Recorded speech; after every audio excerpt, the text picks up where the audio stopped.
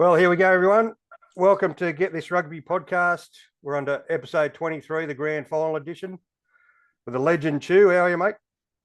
G'day, mate. How you going? G'day to everyone. Get this in here. Yeah, so we've had the grand final, mate. It's come and gone. And, well, the result that probably I wasn't expecting, but No. funny how things work out. And, you know, what do? We say, well done, East. They got the job done. Yeah, congratulations. I don't know how they got the job done in the end, because North, how they didn't win the game is, I still don't know. Yeah, I think North definitely blew it. And it was an interesting game. And I think North played more football in that game than East did. And particularly after that first 15 or 20, they were quite outstanding in the second half, I thought. And, you know, when they were coming back and to not to finish it off was crazy, really. I still don't know how they didn't get over the stripe in the end. You know, that was quite amazing. That I think they definitely blew that game when they had it there for the taking at the end. Yeah, and there's something I want to say, and I won't make any friends amongst the referees that I know, but I've got to say it. We've had two grand finals in a row now where I believe, I'm not going to say North were ripped off, but in the last 10 minutes of each grand final, the referees have given them nothing. Okay? Oh, 100%. Like the game against Randwick, like you remember that not in straight at the end of the, like that was one of the worst calls I saw in history. It couldn't have thrown any straighter with a bloody compass and a frigging surveyor's tool. And it was like the referees in both of those grand finals. They either put the whistle away in the last sort of 5 or 10 minutes and weren't game to make a call apart from one, you know, that probably shouldn't have. But well, you had like I pointed out on my page that 73rd minute we had a guy, a Timpson from North was tackled low. Bloke comes over the top, hits him clearly in the head.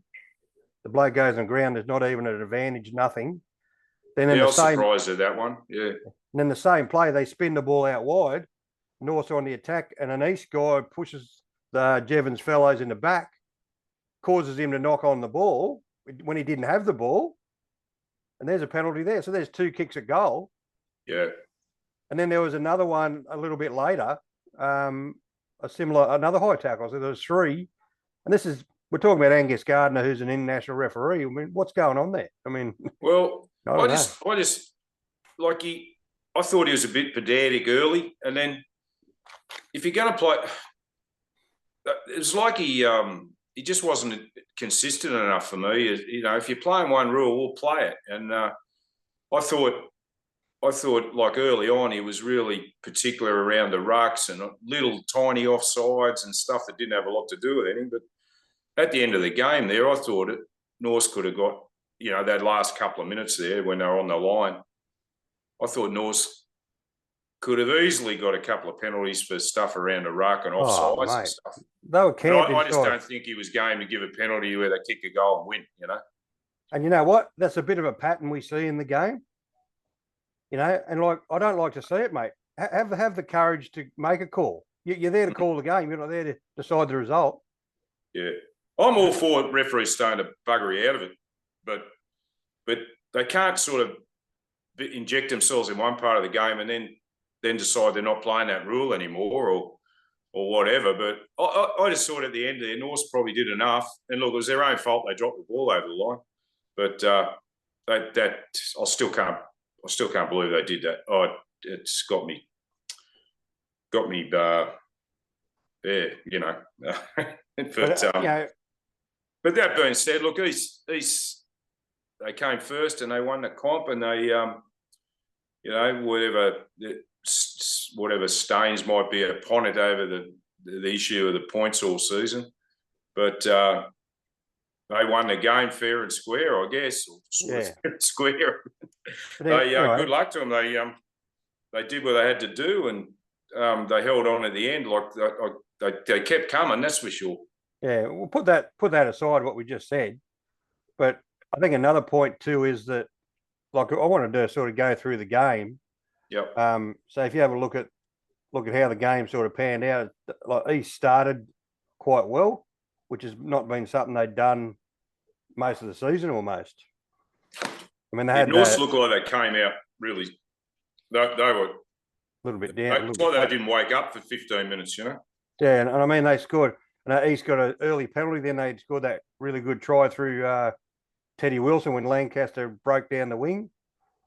So it was 8-3. North kicked the penalty. And then what was the next one? Oh, the next one was that Adamson scored. They had some East had some ball on North's line. So all of a sudden it was 15-3, mate. And we're thinking, well, what's going on here? Yeah. But then North had a little patch where they scored a good try through Henry O'Donnell, which we were talking about earlier. Yeah. He basically ran from halfway, didn't he? There was no one in front virtually. Yeah. That was a one thing that wasn't really mentioned about that try was a really good pass from the number 8, Kursakowski. Yeah, it was. Yeah. He made that try. Yeah. They he ran off one of the did he run off Brewery or something? Yeah, I think so. Yeah. Yeah. I think he put him through the first gap, and that was that. They scored some good tries. It was interesting. Like the North's defence wasn't up to the standard it was the week before. That's for sure. And that being said, East's defence was a bit shaky too. Like, what was the score in the end? 30 something each, wasn't it? So it's a lot of points, and it was a funny sort of game. I don't think either team played as well as they had been, even though it was a good game. Yeah, so after 22 minutes, so Gibbs kicked a penalty. So 22 minutes, it was 15-13. So you thought, okay, well, this is so Norths are back in it. Yeah. But then it was weird. Norths had a period where they had a couple of chances. They had 2 rolling mauls on East line, and East nullified them both times. Yeah. And I think that was because of some of the big blokes that East had in their forward pack. They did well there with those rolling mauls. Sure. And then all of a sudden, East scored 2 tries before half time, and she's 29-13 at half time, mate. And I thought, geez. Well, that basically won them the game, I think. I think that defence before half time, and then they scored a couple. Yeah. One bloke that has never been really mentioned for East nearly all year was Fabian Goodall. He was quite good in the grand final. He was quite strong. Yeah, he did play well. Yeah. They exploited him a couple of times because he doesn't move laterally that well. No. But look, he was solid, and he played almost every game this year, didn't he? Yeah, and you know what? Hats off to him, because it's not easy playing your whole career in the wing and then you come into 12, because he wouldn't have had a lot of experience there. I wouldn't have thought. I think I'd seen him play there a couple of times before, off and on. But look, he had a great year, and I mean, really, went to a new club and had a you turn up and win the comp. He's got to be happy, bloke. Well, I mean, look, you look at Benny Battery, brings over Goodall, Chris Bell. Who else did he bring over? It was about 4 or 5. 4 or 5, I think. Yeah. 4 or 5 Eastwood blokes he brought over. Mm. And they've won a grand final. I'm not sure how Eastwood would have felt about seeing that, but anyway, that's for them. How many points for each of those blokes? well, I think they're only club players, so that was lucky for them.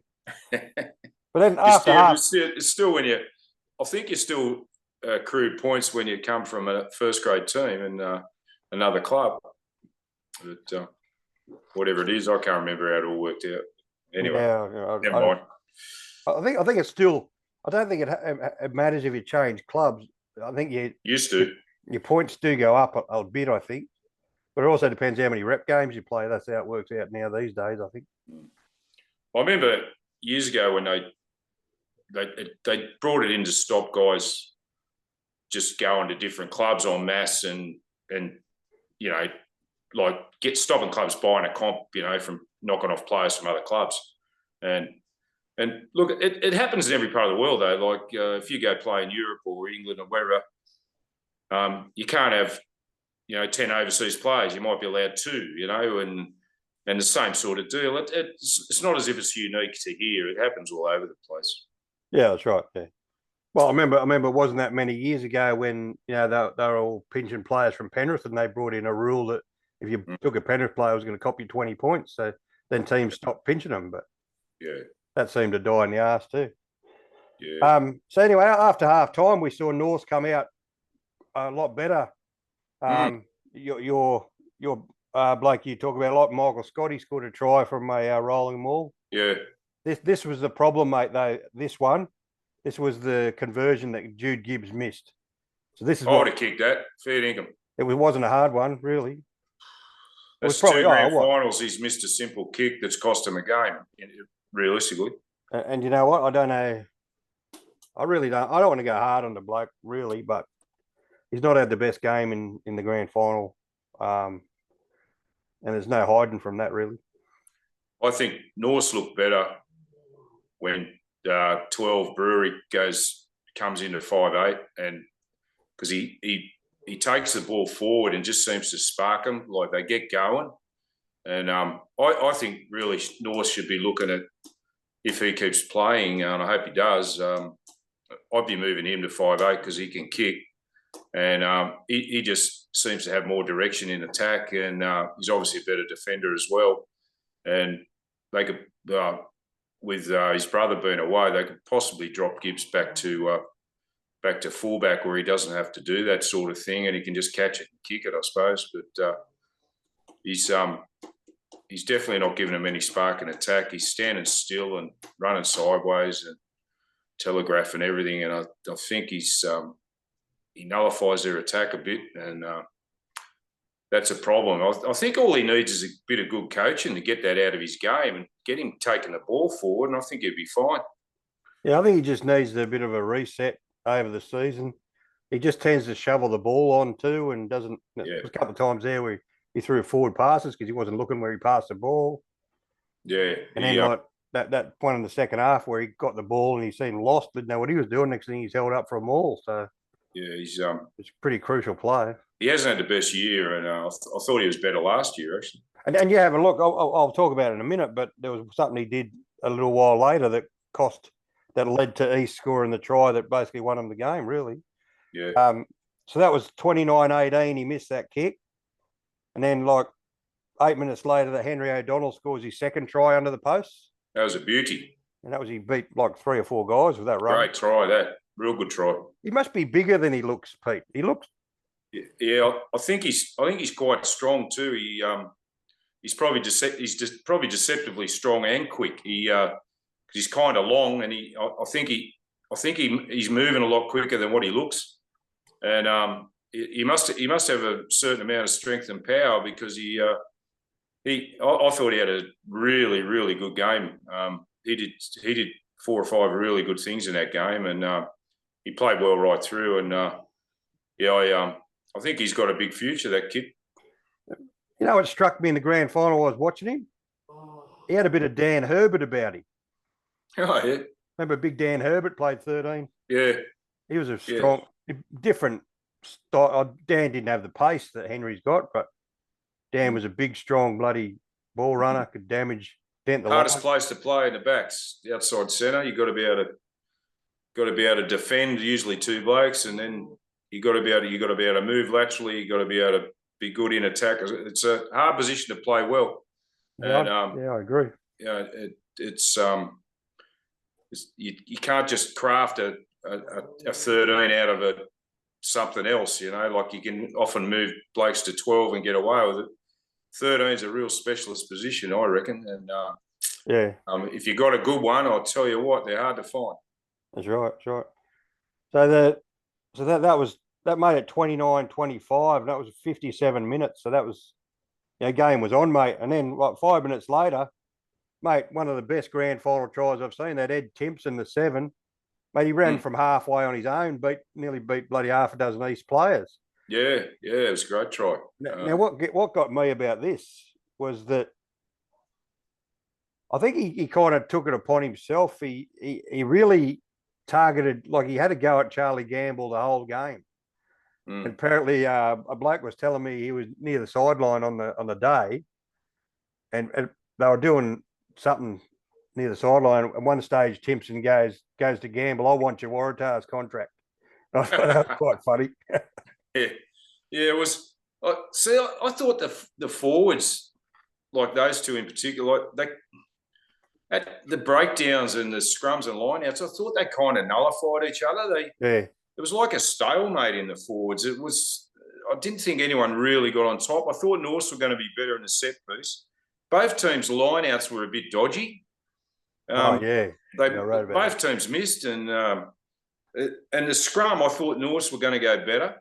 I'll tell you what, since watching the game again, especially the way Norths came out, and maybe their set piece and just that big defence and stuff, I think they looked a little bit tired in this game. I just thought, even though they did finish strong, they didn't have that same intensity. And I don't know whether those, the long game they had and the game, the two games, it might have taken a bit out of them. I think it was.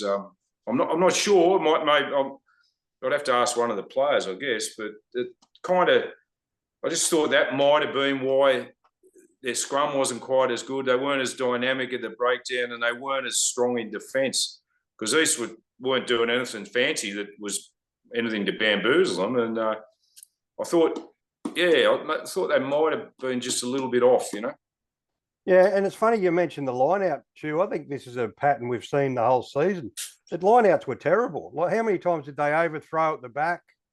Yeah. I mean... Well, there must have been half a dozen of those in the game. And from both teams. So we're not like blaming anybody, even when they brought on like Morgan, he did it as well. Like, and well, it wasn't so much that just the hookers are throwing a ball. I think some of those lineouts, they were a little bit overcomplicated. We'd all had to do was chuck one bloke up, throw it to him. Like, I think they get a bit too fancy, like just do the simple things right. And I thought East did well after about 25 minutes, because what they started doing when they overthrow a couple of times, they just started throwing it to two. Yeah, well, that's simplified it. That's what. And where Norths didn't do that, I think they kind of Norths missed a few. I was talking to you last night, and I was saying, I reckon Norths missed about 3 or 4 good try scoring chances through poor lineouts. And that, for sure. And that hurt. And you don't, in grand finals, you don't get second chances. Yeah, well, probably cost them the grand final last year too, stuffing up lineouts in the 22 off kicks and off penalties and stuff. And like I remember when we lost the World Cup to England out here, like England threw to 2 for about 20 lineouts in a row, and we couldn't stop them. Yeah, that's right. You don't have to do all this moving around and dummies and all this crap. Just throw it to one bloke and get it right. Good lift, good throw, you win it. That's right. And I was sitting there really frustrated watching the lineouts in that game from both teams. It was, and it was a funny part of the game, and the scrums were pretty even. I thought scrums weren't too bad. I thought there was a couple. He didn't really give. Did he give too many scrum penalties? I can't recall. Not that I can remember. No, I thought Norths might have gone better in the scrums, but most of the scrums didn't. Both teams won their ball pretty comfortably, as I remember it. I don't think there was many issues. Yeah. So that was the first time that Norths had led in the game, 32-29. But this is where these little things in the game really hurt Pete. Like, they get the kickoff, Jude Gibbs gets the ball, and he gets a bit lost, and he runs into his own player, and East get the scrum. I mean, and then they score a try. If that goes down the other end of the field, we might be talking about a totally different result here. Well, I think we are, mate. It's funny how to me, it's one of the most important parts of a game is your kick-off reception after you've scored, particularly in a grand final. They just couldn't afford to make a mistake off that kick-off and let East straight back into the game. They had to go, and that was just schoolboy stuff, mate. Really. And you know what? East didn't do anything to deserve that result. All they did was kick the ball off. Yeah. You know what I mean? Yeah. It was all on Norse. Yeah. Norse just needed to he just needed to kick the bloody thing out, even if he had to run backwards and kick it out. I don't know, mate. I mean, good on East. I mean, they Bowen throws a good pass to Lancaster. They score out wide. They scored off that, didn't they? They scored off what? And then they're back. That's 36-32. And yeah. And then Norths kick a penalty goal 70 minutes. But so then the last 10 minutes, there's no scoring. So. Well, there should have been. Should have been, yeah, quite a bit. My goodness. And really, that was all Norths from there, wasn't it? Pretty much. Norths dominated possession after that. I just thought it was a matter of time before they got in or got a penalty or got something. Yeah, and then, they got none. I know we've debated this thing about James Morgan going for the try, but geez, probably 9 times out of 10 he scores that. And well, I don't know why he stuck his hand out. He just had to keep it close to himself, and that just eliminates that mistake. Even if he's short, they probably score off the next one. So what do you think in that? Like, you've been in that situation before. Like, did he just think he was closer than he actually was, or? So I don't know. I think he probably just saw the line and went for it. And realistically, all he had to do was keep the ball tight on his body. It's he probably still scores, or next play they score. That was Margin's Neville Glover moment. Yeah, and it was hard to watch because the bloke's had such a good year. He's a good kid, good player. Yeah. Heartbreaking for him, but sure. I mean, at the end of the day, I mean, they had many opportunities in their last 10 minutes and didn't take them. And you know what? They should have set up for a field goal too. That's my argument. Why not? And they even said it in the commentary. He's not setting up for the field goal. Well, they had all those rucks almost right in front of the post. He only had to stand back 10, 15 yards and just pop one over. Like, that was he could have done that with a couple of minutes to go. And, it didn't seem to enter their mind, did it? And you know what? I think in that situation, and something that doesn't happen enough, is they should take it early.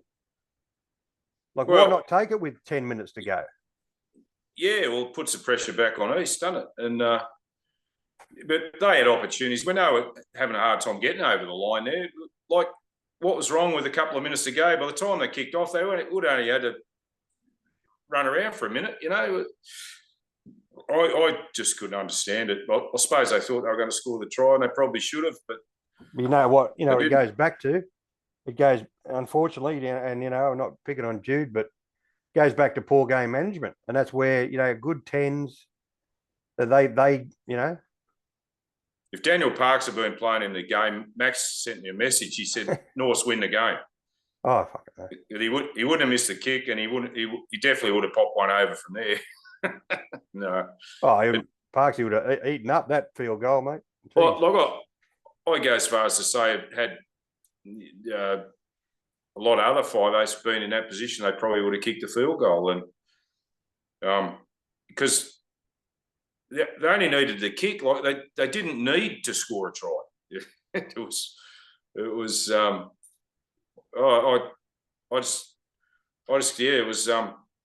lost opportunities for Norths, but he's hung in there, so good luck to him. And you know what? I think I know Zach Beer, the coach, quite well, and I'll be saying to him, and I think he's got some tough decisions to make in the off season, and they've really got to decide whether Jude is the 10 for their side, because on this season, I don't think he is. Well, I don't think he's up to it, mate. No, I don't. Not the way he's playing at the moment. He definitely needs to change a lot of things in his game to get him over the line.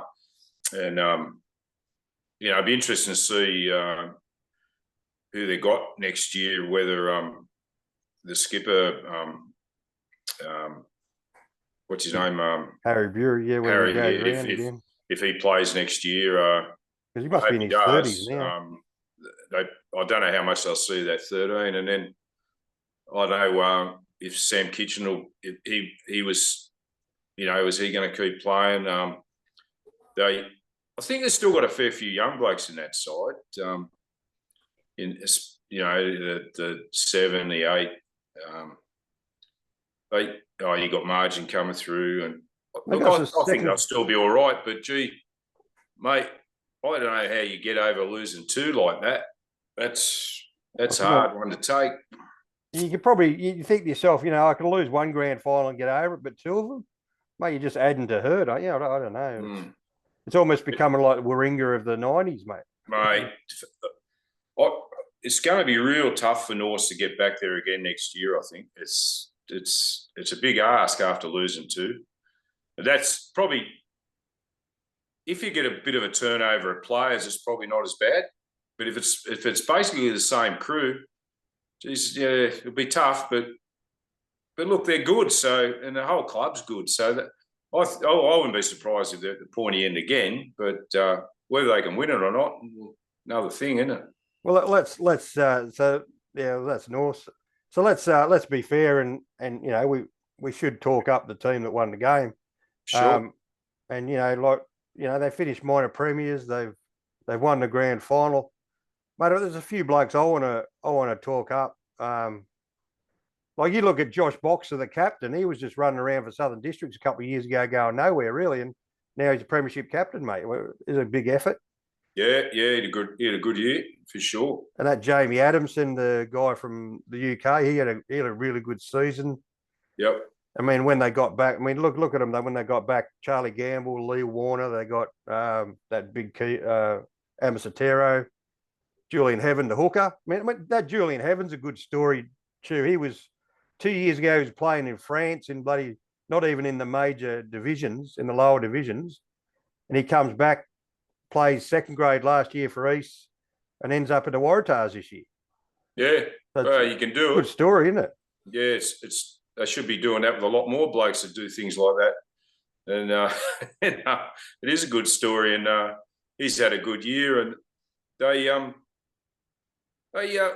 look, the halfback was obviously outstanding. And, Teddy Wilson, yeah. Bowen had his moments. They got Granny's young bloke on the bench, and he'd probably play first grade anywhere else too, Yeah. They were definitely the business all year, and good luck to them. They just kept coming in that grand final. When North's got in front there, it could have been all over, but they stuck it out, and congratulations to them. I thought they all round they. What can you say? What they lose? They only lost about 4 games all year, didn't they? That's right. Yeah. I just want to mention about Jack Bowen. I mean, I rate the kid as a player, but geez, he can be inconsistent, can't he? Like even in the grand final, he put in some good kicks, some shockers. Then he throws a pass for a good try. I mean, I think that's what's holding him back from cracking rep football, really. And being in that scene all the time is because of that. I don't think his game's totally there yet. He's probably got a bit to learn. And how old would he be now? 25, something like that? No, it wasn't that long. He was in the 20s, mate. Maybe still 22 or something like that. I thought he was a little bit older, but yeah, look, he's got. Look, there's nothing stopping you getting better, and he'll get better. I just hope if he gets into Waratahs, I think he's still in their system, in the squad, yeah. I just worry when they're in those things, and if they cotton wool him, and then he's not playing rugby, and then he's just training. Another season of club footy, a full season, would be the best thing for him. Yeah, I think so. He doesn't have to be slotted in there straight away, and let him get better. Let him develop as a player, I reckon. And and all the little things in his game can be fixed, and there's no doubt about that.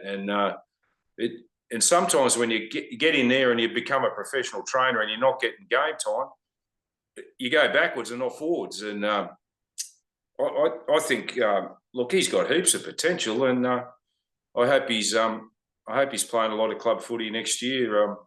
I think if he's not in the other team. His defence is all right. His kicking is his issue. He's got to get his kicking like even you have a look at it halfway through the season, Ben Batcher pulls Cooper Whiteside out of second grade to play on a wing, and even he was even taking kickoffs towards the back end of the season.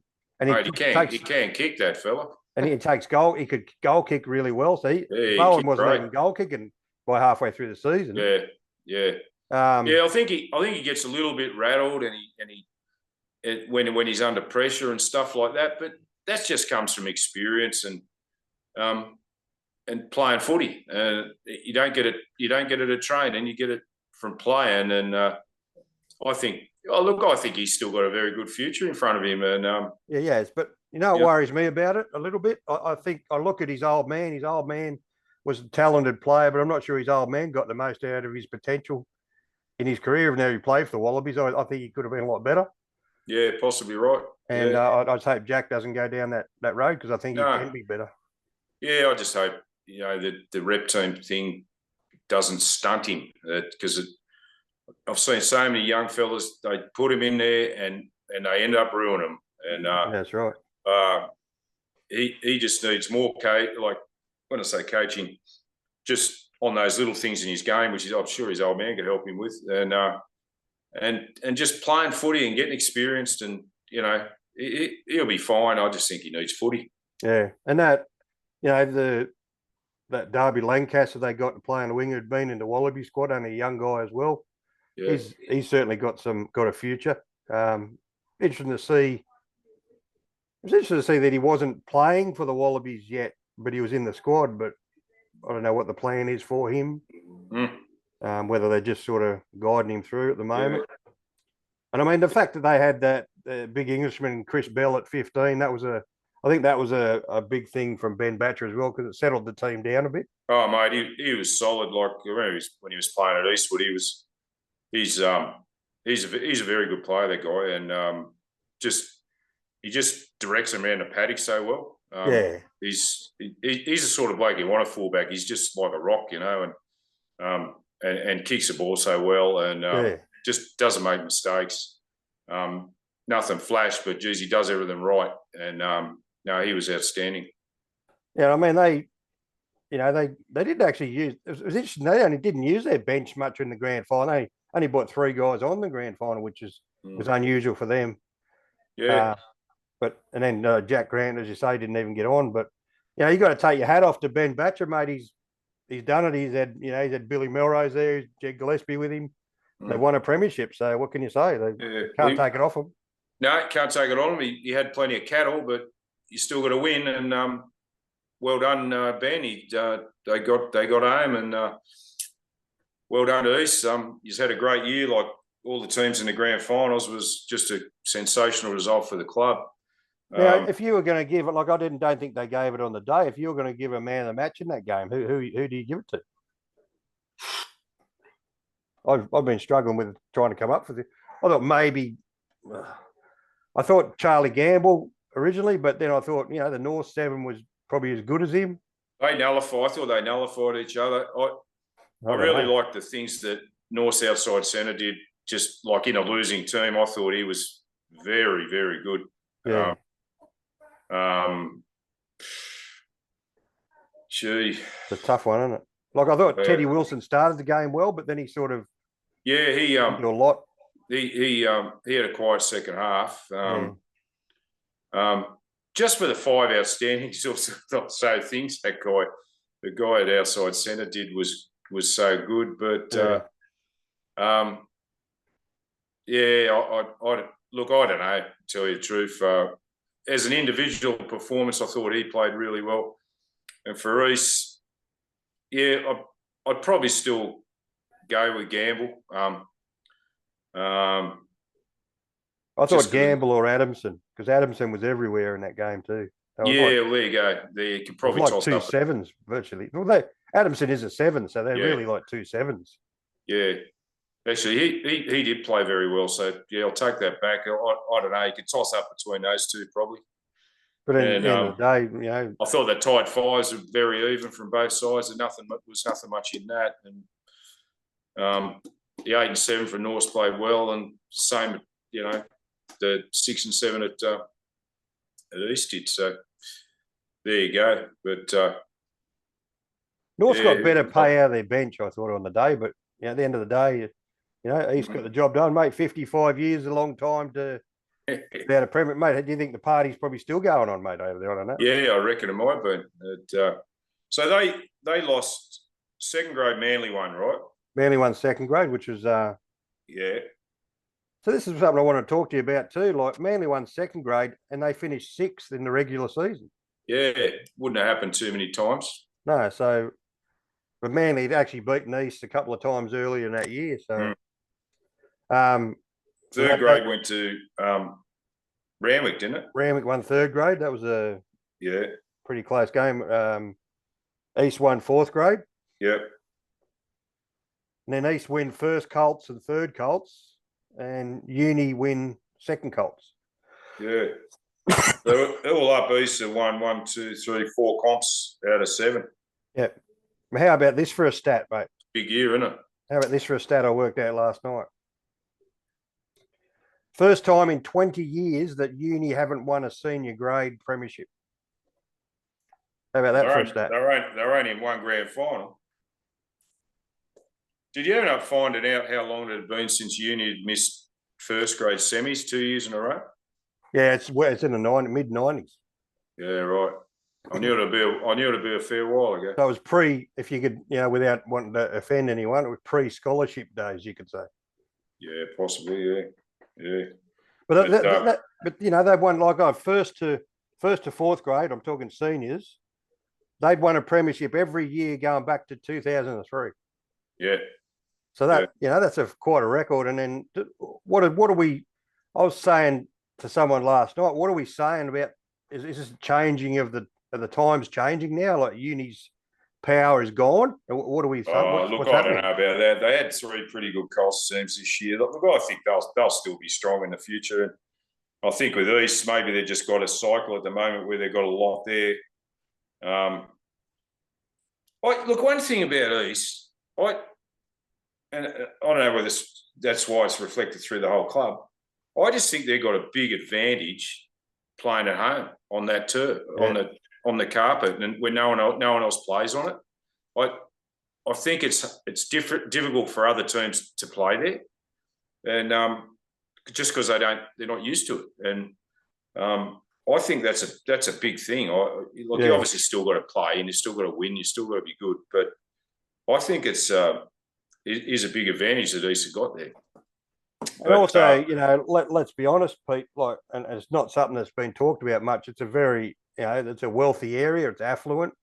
They've got plenty of money in their club. They've got their own clubhouse, which we remember the days where a lot of clubs had their own clubhouse. Well, nearly every club had them, and now there's bugger all.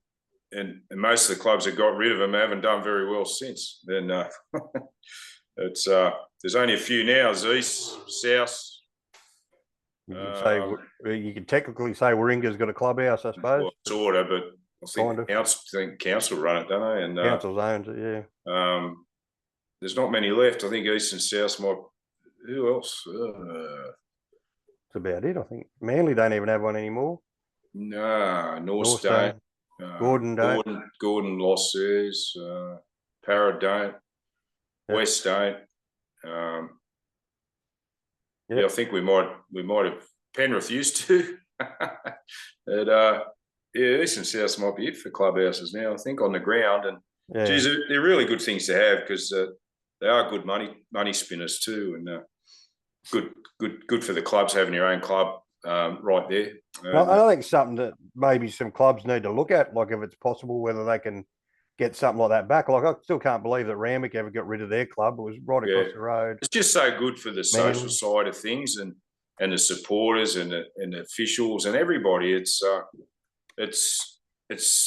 sad thing now that you can't go back to the clubhouse of the opposing team or when you played there with your home team, and I think it takes a lot out of all that fabric of club rugby, not having clubhouses there. I think it's a sad thing.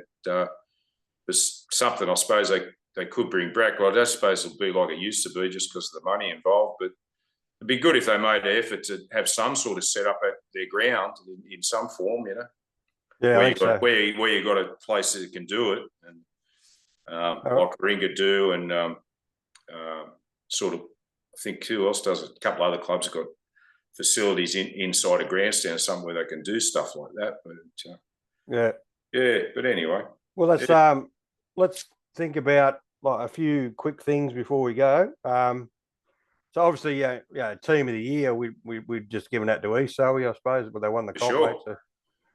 Biggest disappointment? Okay. I think we know both who this will be. For me, probably Newcastle. Yeah. Just because I really expected them to go better. I knew South were going to struggle. I knew West were going to struggle. I knew Power were going to struggle. Uni probably, I thought it'd probably go better than they did. But yeah, Eastwood were rebuilt, so I didn't expect them to really do much this year. So I just really thought Newcastle would be a lot better than what they were. And so for me, I have to say Newcastle for that. Yeah, I agree with you there. And I think probably... Well, I think they might be a lot better next year. So yeah. I think they'll be better next year. But I think, Newcastle, biggest disappointment probably with Sydney Uni right next to them. Yeah, I'd say so. We're going to do... You're going to let them know the reviews and stuff. Yeah, we'll be doing full club reviews next week, guys, for everyone. Yeah. What about, in your mind, a team that didn't make the six, Stu, that you think can make the six next year?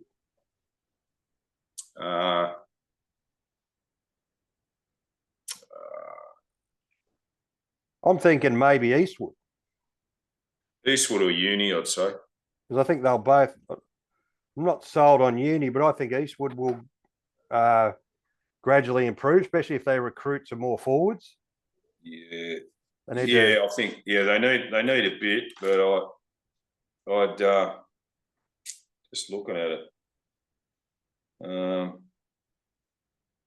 I'd go Eastwood and Uni. Well, they were the two teams that just finished outside the six, weren't they? So yeah, and that kind of makes sense.